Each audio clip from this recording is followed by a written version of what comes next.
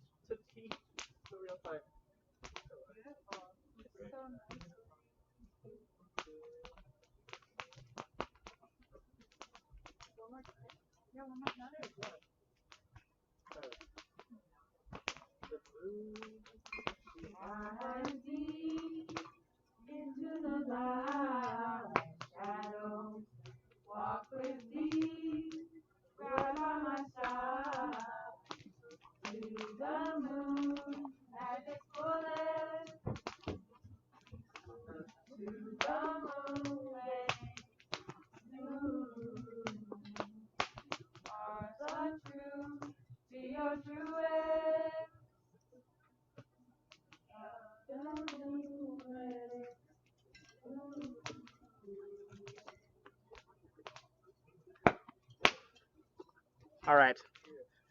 Thank you so much for that moon song. And so for my Zoom friends who may not hear that, there's a really beautiful moon song over here written by our friend. Did you write that song? Dina caught that song. And so in planning for this event, I was consulting with my dearest friend, one of my dearest friends, who's in this Zoom about the astrology of the time and what's happening up there in the moon. And in true person with a moon in Cancer fashion, what I received was a poem. And so I'm going to share this poem written and as a turning point towards what may take place in the story that I'm going to share. Sound good? So the invitation is that this is a provocation, and to find some of what's in this poem in the story.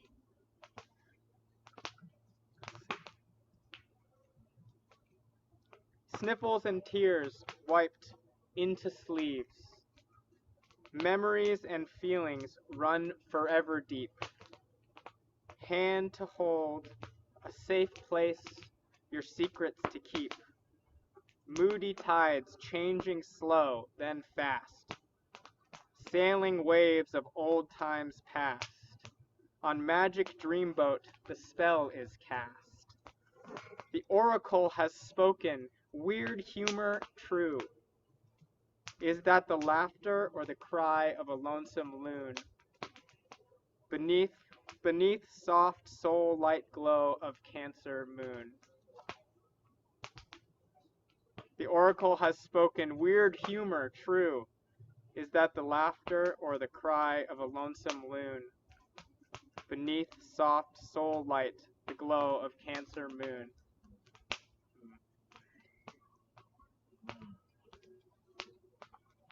All right. Well, are we ready out there in physical land? The mulled wine pass? This one's that? Yes. All right. We're going to pass the mulled wine. Did you get a cup, Kiara?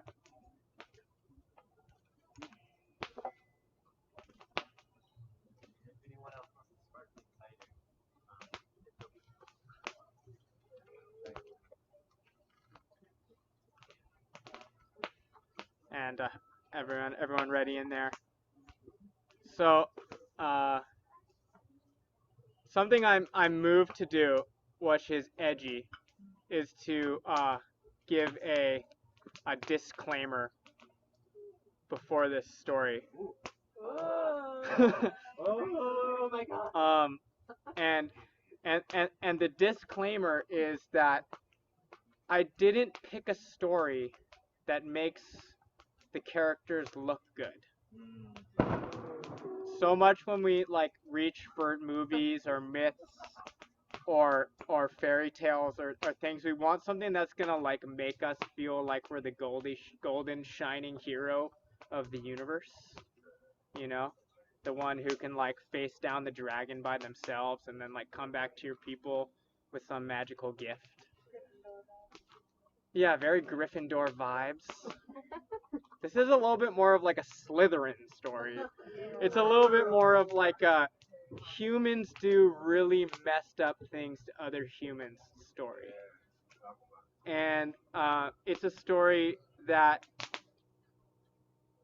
teaches us a lot more in what we're repulsed by than what we feel drawn to, I think.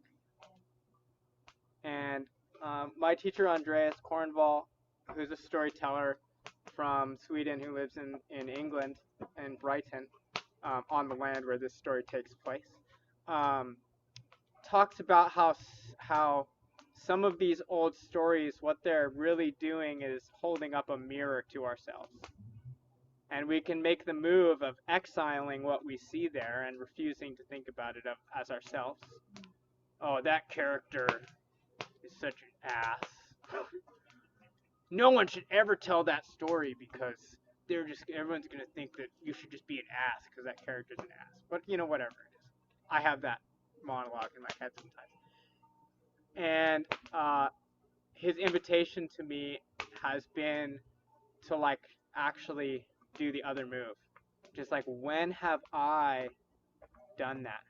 When have I seduced someone into doing something that they really didn't want to do? When have I grabbed for power? Or when have I pretended to be things I'm not to get what I want? So that's my disclaimer in my thing. And I give you like full sovereignty to like leave or turn off the Zoom or go to bed if you're just not with it. If it doesn't feel good to you, and I'd make myself available to like talk about and tend to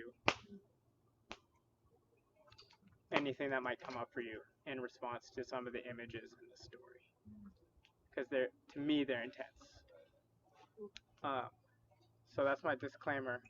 And, yeah. Thanks. And then I'll just share a little bit about this experience. So I don't know exactly how old I am, but my grandmas and my parents are on the Zoom call, so they know. But at some point when I was a child, I became obsessed utterly with this idea of King Arthur and the Knights of the Round Table.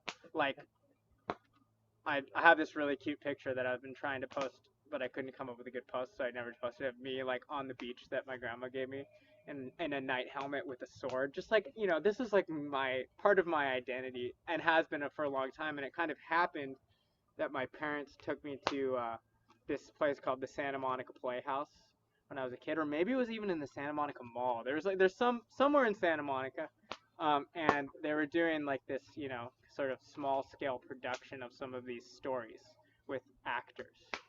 And what I remember about it is that this like hulking, beautiful red-haired man, who I later came to know as a dear teacher and friend, Aaron Hendry, was playing King Arthur, and it was just like, it's like seared into my mind. And there was this like just draw to this. Wow, like who is this archetype and who is this actor? And I'm you know, a kid, so I can't separate the two. And my mother says I was 4 when this happened. And so it's like really deep in me, and part of the intention of this experience of doing a whole year focusing on these stories is to like figure out what was calling to me from these stories at 4 years old and why they matter.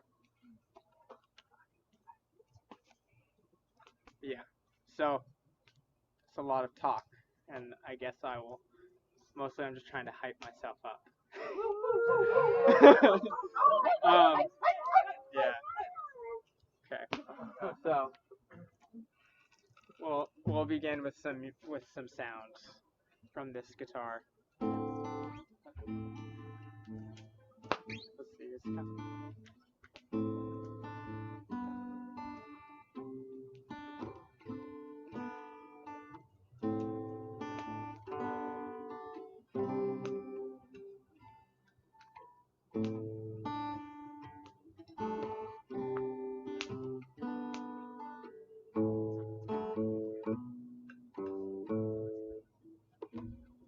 There's someone in the waiting room.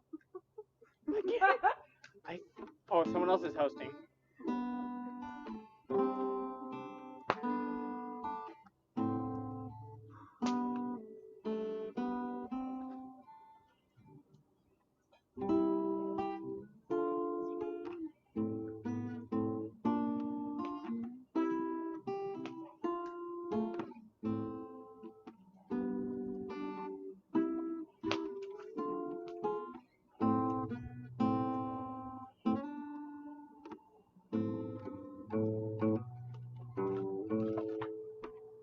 So, once upon a time,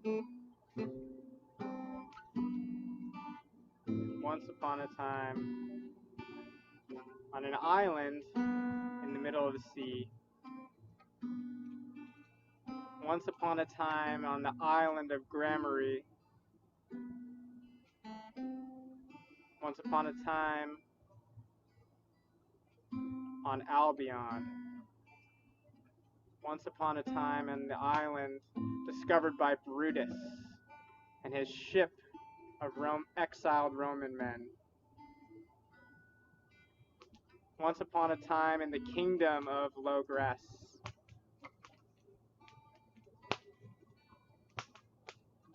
a king named Aurelius Ambrosius died. And this king wasn't really a good or a bad king as far as things goes, but he was the king. And in the wake of his death, shooting across the sky for days and days and days was a star with a tail, with two dragon-like tongues shooting out of the front of it. One to the east, hovering over the kingdom of Hengist and the Saxons, and the other to the west, hovering over Ireland. And each tongue with 7 heads of light shooting off of it. In the wake of the death of King Ambrosius Aurelius, a star like a dragon shot across the sky. And in that time, they decided that Ambrosius Aurelius's brother Uther would become king. And coronated under such an omen as this, his name became Uther Pendragon, Uther, Master of Dragons. And he took for his banner the red dragon that had been prophesied by Merlin the prophet. And Uther decided that he was going to subdue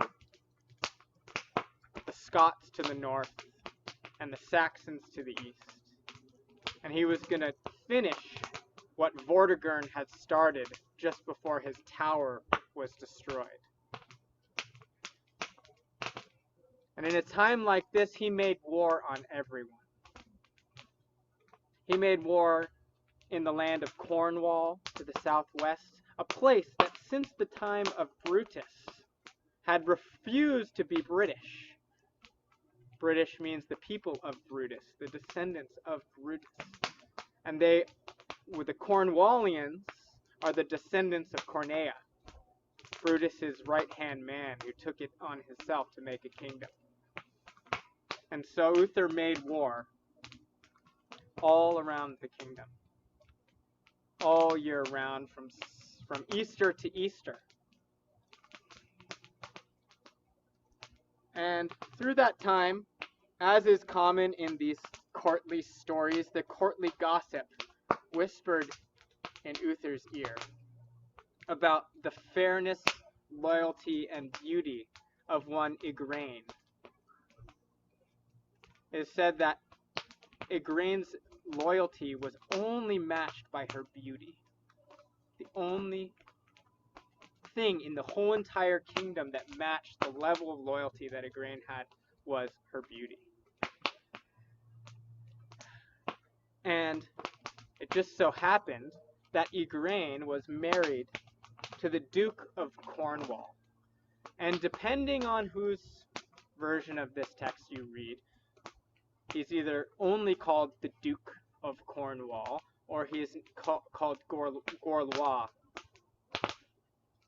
And Gorlois and Igraine make their home at Castle Terrible and Castle Tintagel on the wave-beaten coast of Cornwall.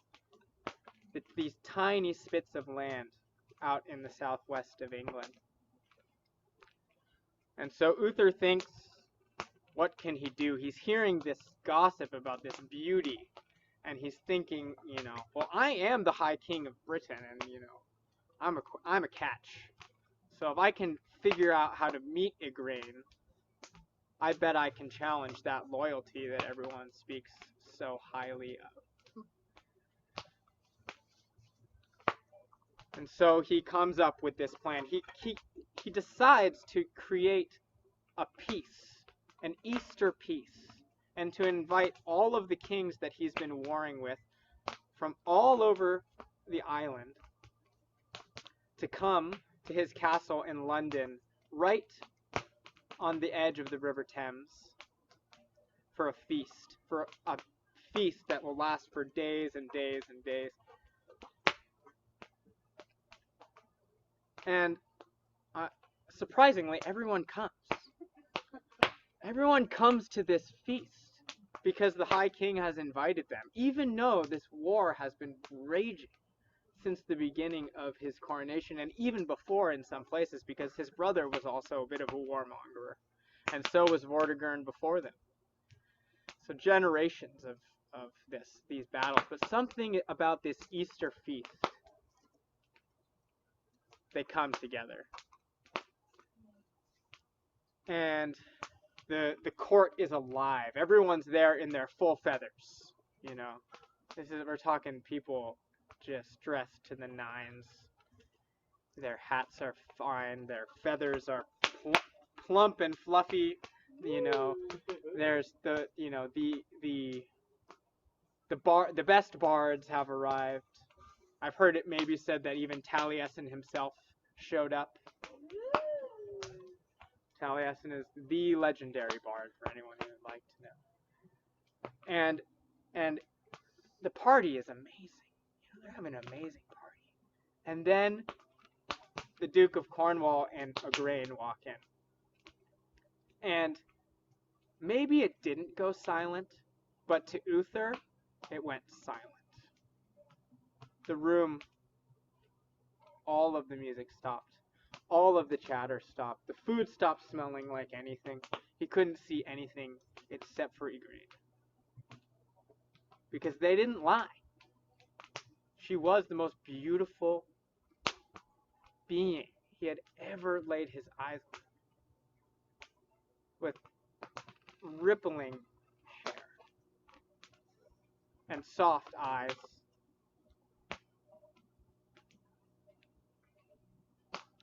And there's a way, I think, that attraction can turn into greed. And he felt that in his heart. This twist in his heart. that we all saw coming, right? It's like we see it coming when he starts this machination, but it happened in that moment, and he fell perilously desirous of Igraine. And he did everything he could to get close to her throughout the night, whispering in her ear as she walked by him, reaching out to hand her things and lingering a little bit too long, touching her hand.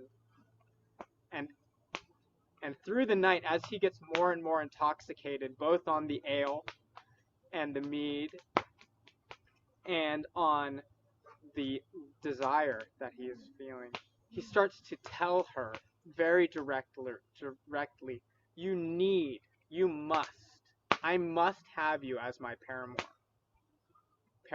This is lover, mistress. Igraine, you must become my paramour, the love of the High King of this island.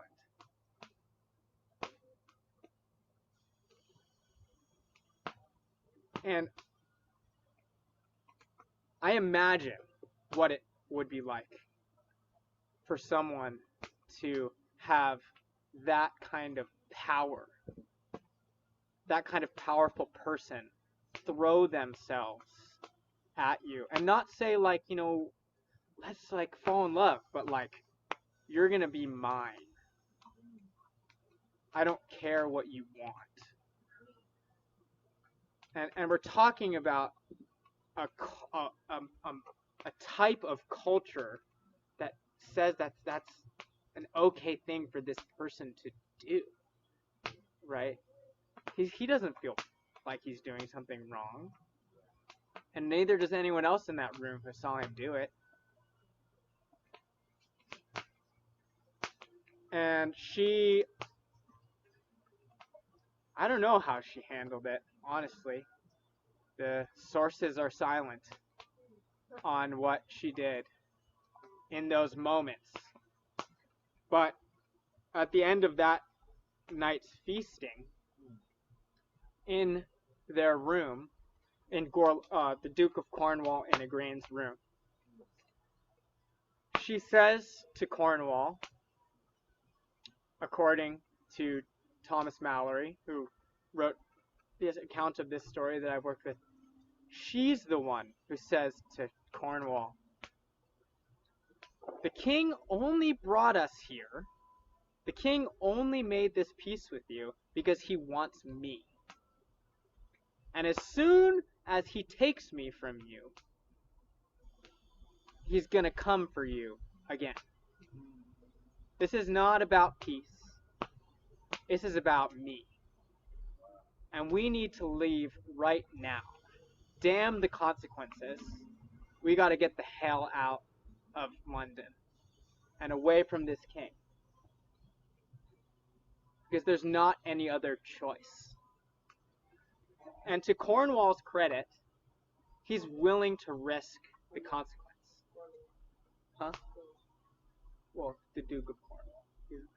Gorlois and Cornwall's credit, he's willing to risk the consequences of mass war restarting to respect this knowing of this woman. And there's such love in that. There's such love in that. There's such defendership of what is sacred about love in that. And so they steal away that night on two dappled gray horses into the night. From London, down the River Thames, into the land of the valleys in Devon, and over to Cornwall. And while they're riding, they scheme and they think, okay, here's what we can do. Cornwall will stay in Castle Terrible, which is Cornwall's most defensive position. It's a military stronghold where all of his men are stationed. And he will call all of the men of his kingdom to there. And Igraine will go to Tintagel, And Tintagel is a castle on the sea, constantly rocked by waves, with a bridge as narrow as two people across, shoulder to shoulder, that spans a 60-foot expanse between the mainland and the rock that Tintagel is built upon. And it is said about Tintagel that 12 men alone, 12 warriors alone, could hold it against any force that could ever come against Tintagel. And Igraine will go to Tintagel with Cornwall's 12 the best knights in the realm. And this is where they will be. And this is what they do. They split ways. I imagine this like beautiful, heartfelt, loving splitting of ways. This is deep. They're my favorite lovers in this story. It's so beautiful. And they split up. And so the next day, and this feast is gonna keep going. So the next day, Uther, we're back in London. Uther is searching around for Igraine. He's like, last night didn't work, but I got some new tricks. Today I've got it. Today she will be mine. He's been thinking all night what he's gonna do, and he doesn't see her. And he waits a few hours, and everyone's drinking and eating and drinking and eating and drinking and eating, including Uther. And he's waits some more hours, and he's just getting more drunk and angry. And he finally calls his most trusted confidant, Sir Ulfin, to him and says, Ulfin, where is Cornwall? And where is Igraine? And he tells him they were seen last night, in the middle of the night, riding out of London at breakneck speed back to Cornwall. And this is what Uther says. Leave here now, ride to Cornwall, find him, and say, if he does not come back here today, in 6 days I will bring the whole might of my kingdom against him, and he will die, and I will take Igraine by force. And he sends Ulfin out. Ulfin rides down the River Thames, across the land, down into Cornwall. This takes time. He's riding, and things are brewing. And he makes this proclamation at the gate of Castle Terrible. You have to return now, or in 6 days' time, the whole might of the kingdom will come against you. And you will fail. It's inevitable. And to Cornwall's credit, he doesn't break. He says, we will die here. I will die for this love. Here. And so Ulfin returns and tells Uther. And so inevitably, this war commences. The whole might of the kingdom of Logres coming against the kingdom of Cornwall. And they march the River Thames, leveling the land in their wake. A huge force of men and horses, all armed. In the wake of something like that, imagine how many miles of heather and woodland and badgers and foxes and wolves at this time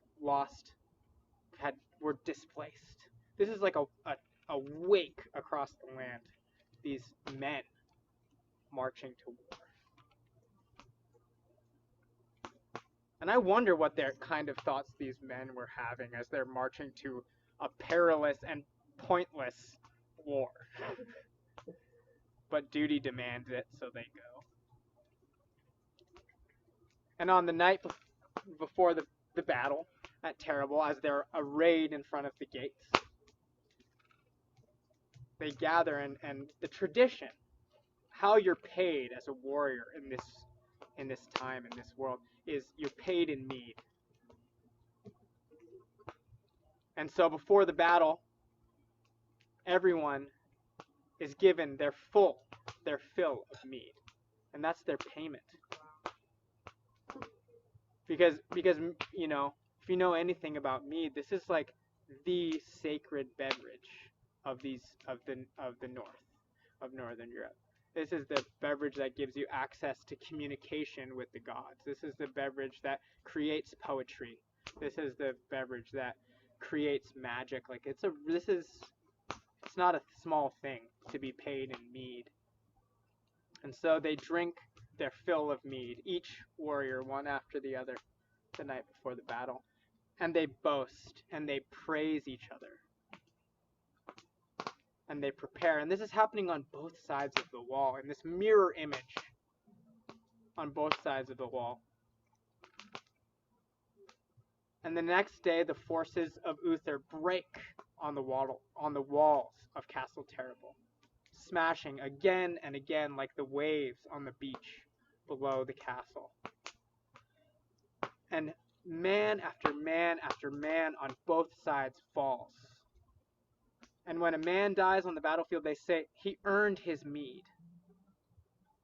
Many men earned their mead that day, and the next day, and the next day, and the next day. This relentless battle. Piles of the dead, wounded and screaming, amassing on both sides.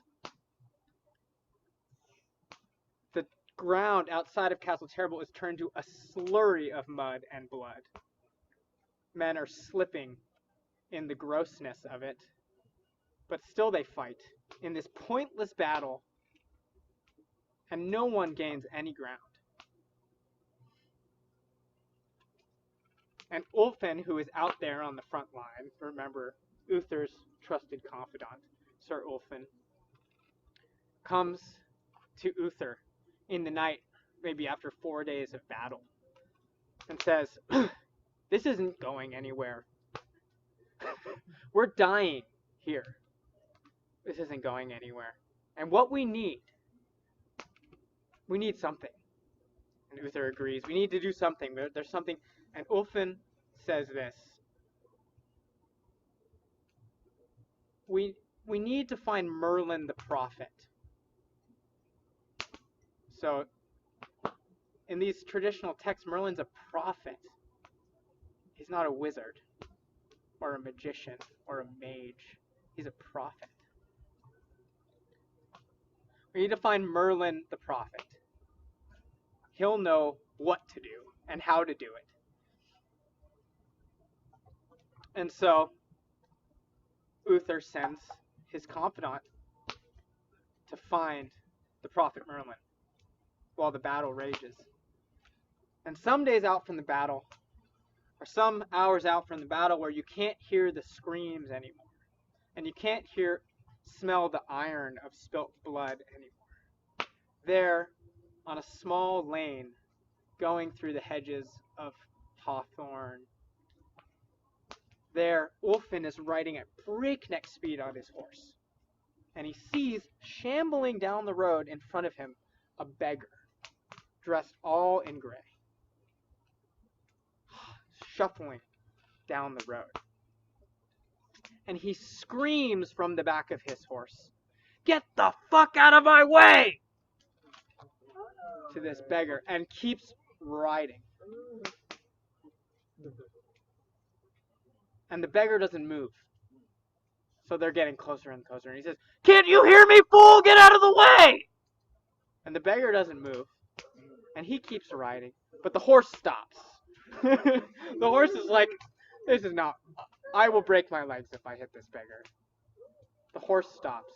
And there's this face down between this gray beggar and Sir Ulfin up on his horse. And the beggar looks up, hunched over, looks up. "Who are you looking for?" says the beggar to Sir Ulfin. Ulfin says, "It's none of your business. Get out of my way. I have places to go. I am on a mission from the king. Get out of my way." And the beggar just looks at him and says, "No. Who are you looking for?" And Ulfin again says, "It's none of your business. If you don't move, I will kill you, and I will move your body for you." And he says, Who are you looking for? And Ulfin says, I am looking for Merlin the prophet. He relents, because he knows this beggar isn't going anywhere. And the gray beggar says this, well, look no further, for here I am.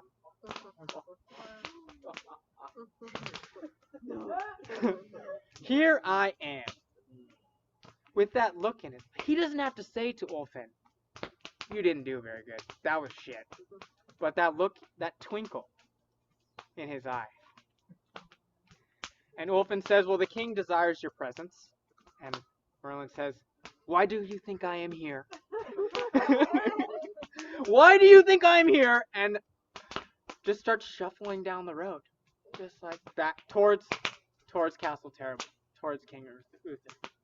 And disappears in a mist as it moves across the land. And Ulfin kind of stands there. Well, sits there on his horse. He never got down, right? Turns around, just rides home. He's just like, that was so weird. That was so weird. Maybe he's thinking, I really fucked up. Or maybe he's thinking, like, whatever. Beggars. And he rides home, gallopy, gallopy, gallopy, back to Uther. He gets there. He's on a horse. He gets there before Merlin. He tells Uther, well, Merlin is shuffling down the road here. Probably is going to take him some time. And at that moment, who walks into the tent but the prophet Merlin? Like, just bedecked in spectacular purple with this immaculate beard and moon-shaped spectacles. Just the whole nine. Ready. With, ready to be there.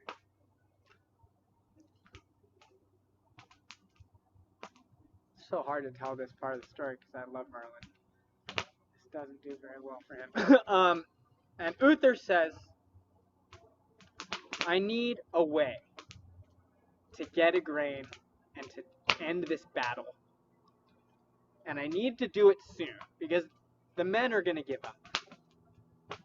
The men are going to tell me that it's over, because my power only goes so far in this kind of carnage. And Merlin says this. Tonight, you and I and Ulfin will leave this tent, and we will go to the bridge at Tintagel.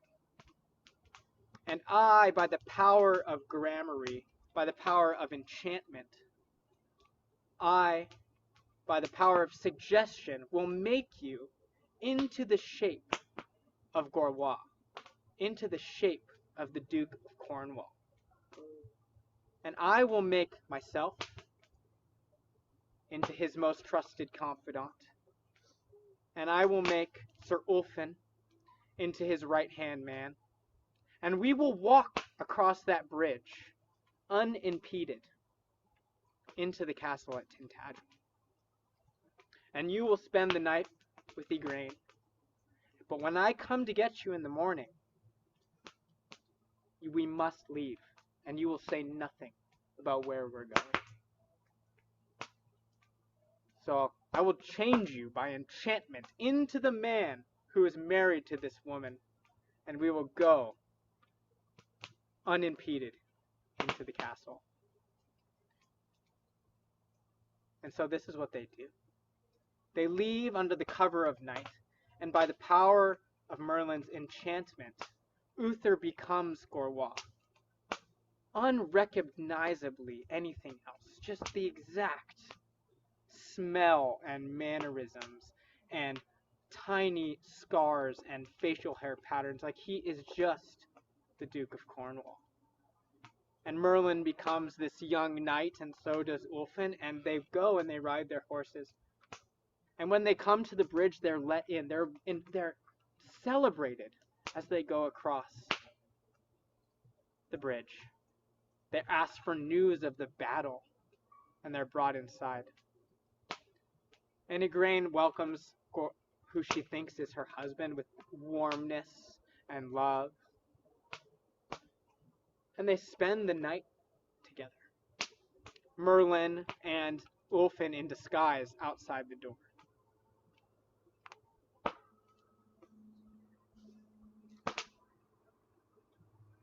And given the power of the enchantment, no suspicion arises in Igraine or anyone else in the castle, and they spend the night together and they make love. This enchanted, really, this enchanted, desirous person makes love with this woman, and she's making love with her husband in her experience. And so it's passionate, and it's deep, and it's love making, I think. And in the morning, as the sun spreads its rosy fingers over the horizon, Merlin knocks at the door, and they leave without saying anything to anyone, like ghosts in the night. And sometime after that, a rider comes riding at breakneck speed from the direction of Castle Terrible, with tears streaming down his face, and blows his trumpet and announces at the gate that Gorlois, the Duke of Cornwall, is dead. That in the night he had seen King Uther and two riders leave the camp, and so he decided to lead a surprise attack on the sleeping camp of the forces of Logres and attempt to rout them while the king was gone. And in that conflict had been struck down.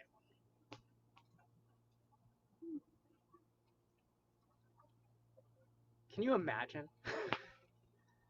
what it would be like to have this experience where you had spent the night with your lover, your husband, and then the next morning you're told that he died 20 miles away at the same time? So there's this like just stomach dropping experience that I feel when I try to tap into that. It's like her stomach drops to the floor. And she can't say anything to anyone. Because if it wasn't her husband who was there, who was it? And what happens in this world when women are unfaithful in the eyes of the greater situation? So she doesn't say anything to anyone. This like shameful silence descends upon Igraine. And the forces of Logres, of Uther's kingdom, in the wake of the death of Cornwall, make swift dispatchment of the forces of Cornwall. They lose heart, and they take Castle Tintagel, and they take Castle Terrible. And Igraine is faced with a choice: death, or to marry King Uther, because that's what he wants.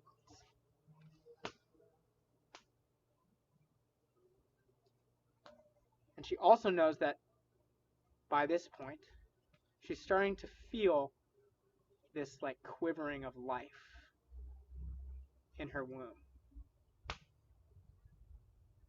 This like kindling of a fire in her womb.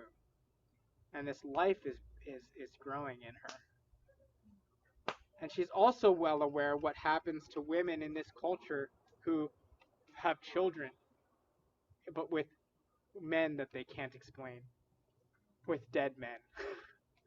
Or so she's faced with this choice: literal death. This is, in this culture, if Uther doesn't kill her, that's the law. Or marrying the king, who still wants to marry her, And so she does it. So she marries King Uther. She becomes the High Queen of the Kingdom of Lowgrass. And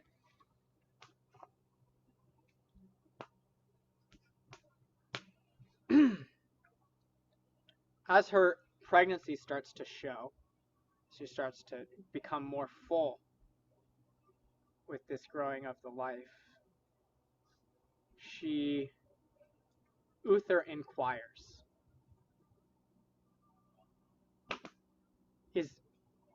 where did this baby come from? Where did this baby come from? And I don't know why, necessarily. But she says it's a really strange story. And he says, well, you can tell me. And so she does. She unfolds this story of this night where her husband showed up and spent the night with her. But in the morning, she received news that he was dead at the same time as when they had been spending their night together.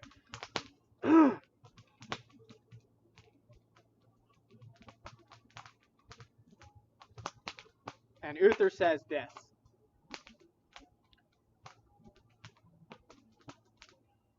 I know about this already. That was me. And by the power of Merlin's enchantment, I appeared to you as your husband. And so this child is mine, the heir to the throne of Lowgrass.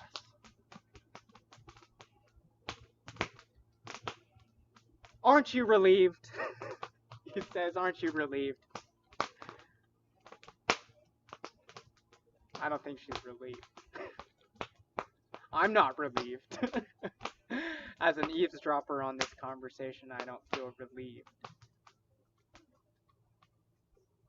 But they continue on this way.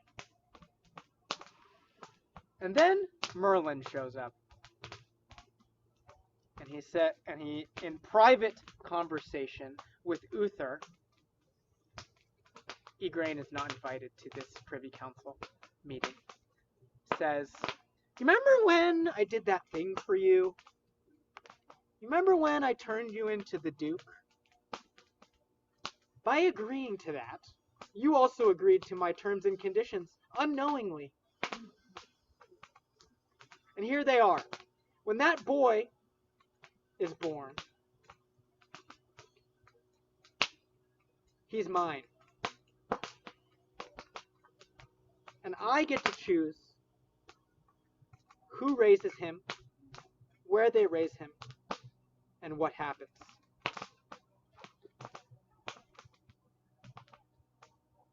This man is talking to the High King, right? And taking away all of his power. Saying, no, he's mine. Your son is mine. This heir you've been longing for, he's mine. And so that is what happens. The boy is born. And it so happens that another knight in the kingdom, who has an older son named Kai, or Kay, has a new baby. His wife has a new baby at the same time. And so Merlin arranges that baby will be made to disappear. Will be given away to some unknown family. And that Sir Ector and his wife will raise the boy. Taken from Igraine moments after being born.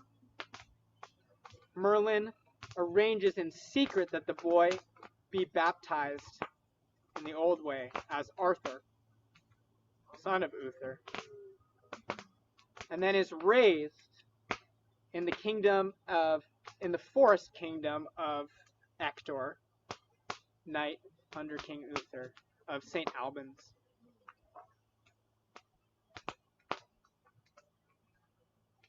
And Arthur is raised there in the woods away from his family unknowingly. And no one knows where he is. Not his family, only Merlin.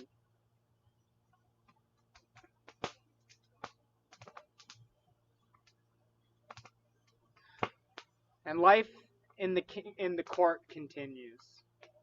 And wars are to be had. And Uther falls sick. In the middle of a war. And his men start to lose their bravery, and they start to lose their capacity, and they're losing fight after fight after fight.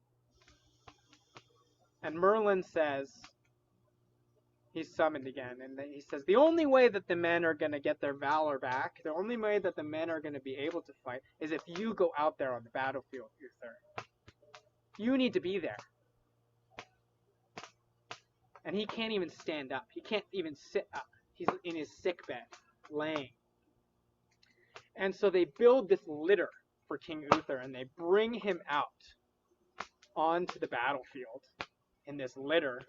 And they're fighting against the forces of King Hengist, who is the leader of the king of the Saxons, who were invited to the island by Vortigern to help him claim power, and then have created their own kingdoms and have become the major enemy of Logras.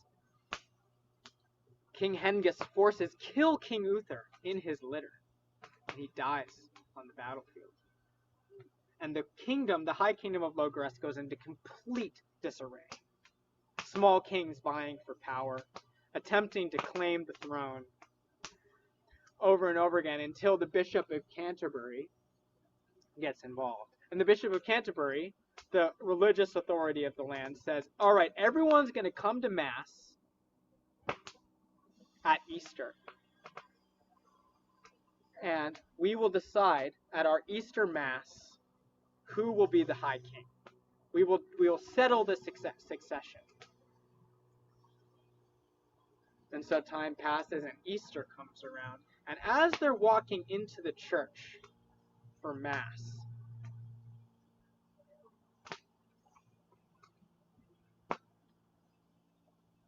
in front of them appears an anvil made of pure iron with an oak foot in the middle of the square. So this foot made out of the root of an oak tree, and a pure iron anvil. And sticking into it is a sword. This, of Excalibur, they say that it was forged by Wayland the Smith. A smith and a god, depending on who you ask. The smith of the other world. It was kept in the company of the Lady of the Lake, underneath the lake until the time. And here Excalibur appears in the anvil, in the court, right in front of the church. And the bishop stands there, and he sees all of these men standing around, and he says, we're going to talk about the sword after Mass. And he makes everybody go inside and have the Easter Mass. And afterwards, they come out and they gaze upon the sword again. And engraved in the blade of the sword, it says, whosoever shall pull this sword from the anvil shall be right wise king of all Britain. Whosoever shall pull this sword from the anvil will be right wise king of Britain.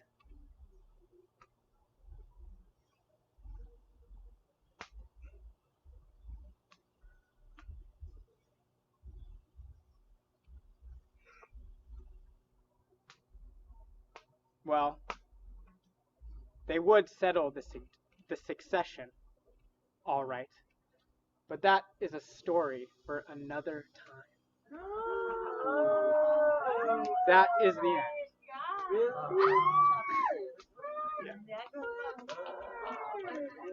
end.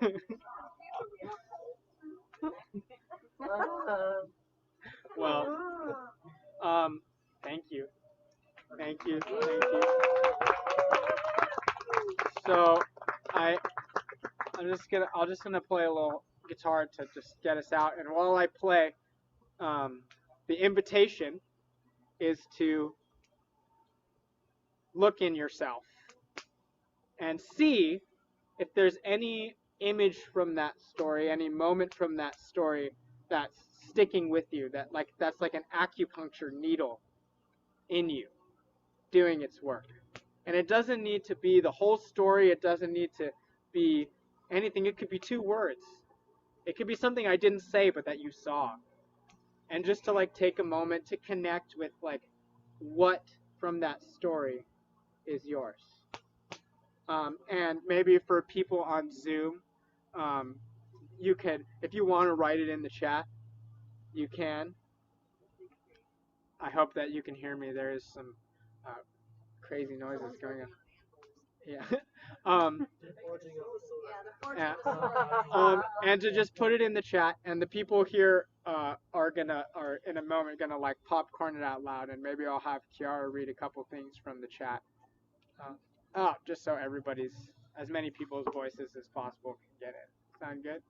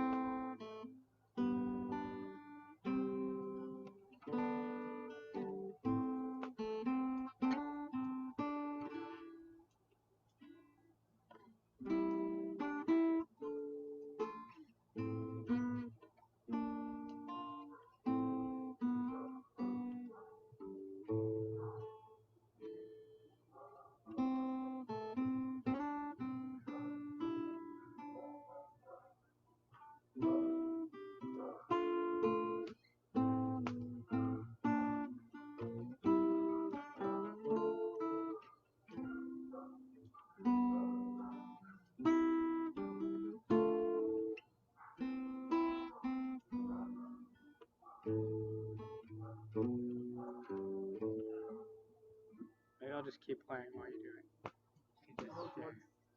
Yeah, go. Yeah, I just had that thought, so just.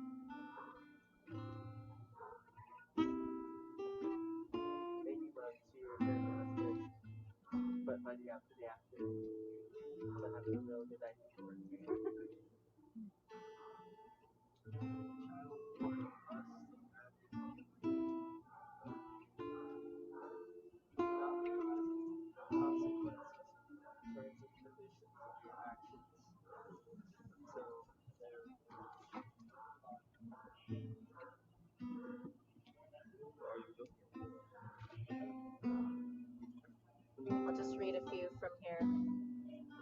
magic of true love escaping into the night. Gray dappled horses riding back to Tintagel, carrying Igraine and Gorlois.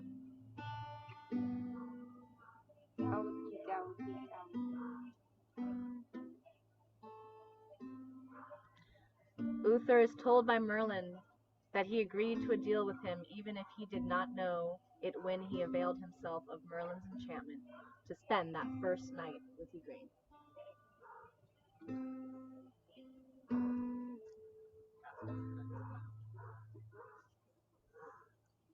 This isn't about peace, it's about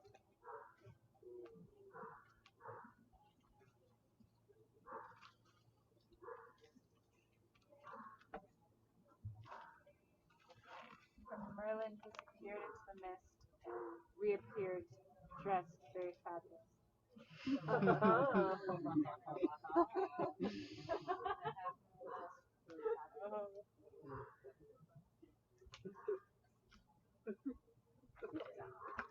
Well, I've heard it said by one J.R.R. Tolkien that when we journey into the imaginal, right, that it's a place populated not just by dragons and witches and trolls and goblins and elves, but that there's a moon there and there's a sun there and there's a sea there and there's mortals there. And when we journey into the imaginal, like we did tonight, and collect that fairy gold and come and try to bring it back, sometimes when we return, it's just withered leaves in our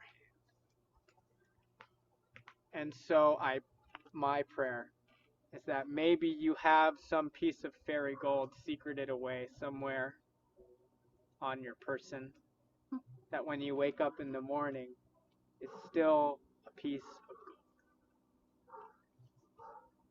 gold. And my teacher Martin Shaw shared this practice with me, so I'll just invite you to do a little somatic thing. Are you ready? A thing with your body, just to like close us out here, and then maybe someone can sing a song. Sound good? Sounds good. So in your right hand, you're gonna take your right hand, put it out like this. In your right hand, you have a golden apple. Maybe it's silver tonight because we're having a moon party. You have a silver apple of, and that apple is for me. That apple's a gift to me because I told you a story,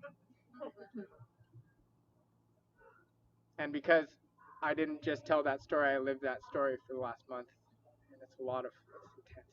And in your left hand, in this other hand, you have another apple, a golden apple of the sun, and that apple is for the story itself. It's a gift to the tale for showing up, just like the mead that in the horn is a gift.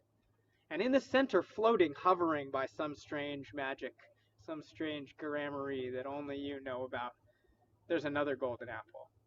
And that golden apple is yours. And it's been there your whole entire life, floating, sweetening on the branch of your heart. And it will continue to be there forever, sweetening on the branch of your life until the day that you die. And it falls to the ground and becomes some other type of apple tree. And what we're going to do in a couple seconds, we're going to take this apple that's in our left hand, that's for the story, and we're going to chuck it over our right shoulder. And we're going to, and by so doing, ritually invoke that the story will feed on that apple, that the story will be fed, that all of the characters in that story will continue to live on, nourished in the realm of the imaginal. Because we need them even if we don't like them. So are you ready? 1, 2, 3.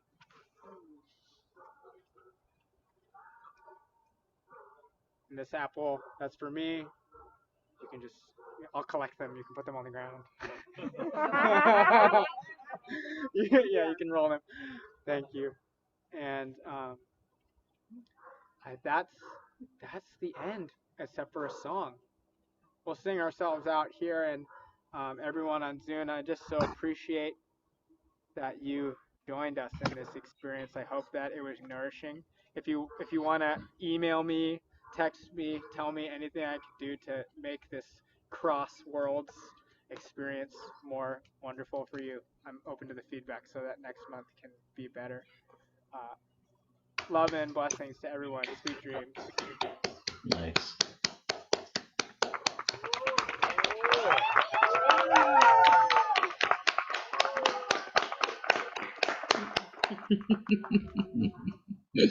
Very Lovely, son. lovely. We love you. I love you. Nice. Hmm.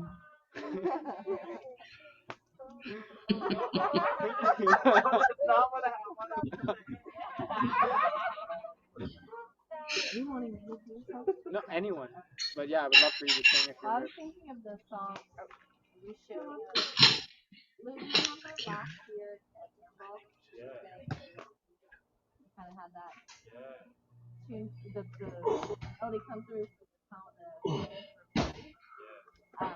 for me, there's one face of that's the bridge. Oh yeah.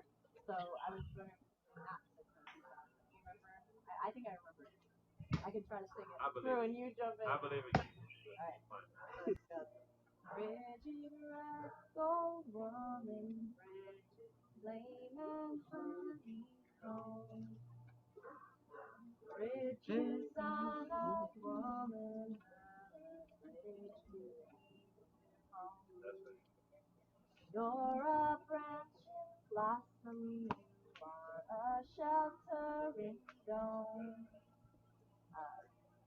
Bridget red, Red gold woman. oh, Bridget home. I think that's it. Okay. So, yeah. We can just do it a few times because this is a really ancient Irish poem and prayer to Bridget that we came through last that we put together this song last year. Bridget, red gold woman, Bridget,